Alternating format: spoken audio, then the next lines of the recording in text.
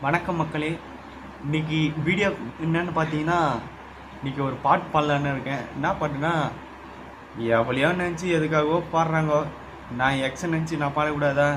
பாடுறேன் கேளுங்க.